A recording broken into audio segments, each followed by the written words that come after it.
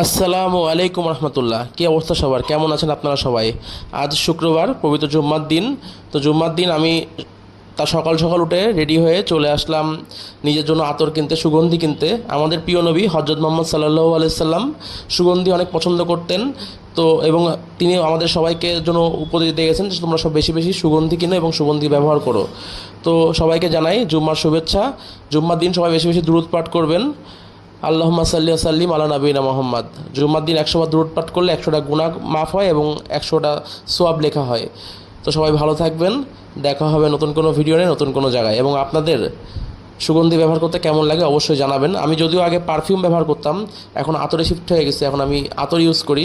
তো আপনারা কে কোনটা ইউজ করেন অবশ্যই আমাকে কমেন্টস করে জানাবেন। দেখা হবে নতুন কোনো জায়গায়। আল্লাহ হাফেজ। সবাই আমার জন্য দোয়া করবেন, সবাই সবার জন্য দোয়া করবেন, সবাই মিলে ভালো থাকবেন। তাছাড়া জুম্মার দিন একটা উট কুরবানি দেওয়ার নেকি পাওয়া যায়।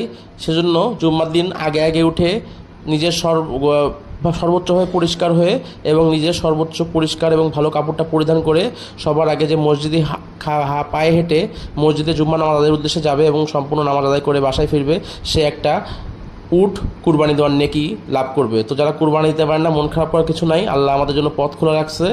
প্রত্যেকটা জুম্মায় আপনি চাইলে একটা করে উট কুরবানি দেওয়ার নেকি পাবেন। আল্লাহ হাফেজ। আসসালামু আলাইকুম।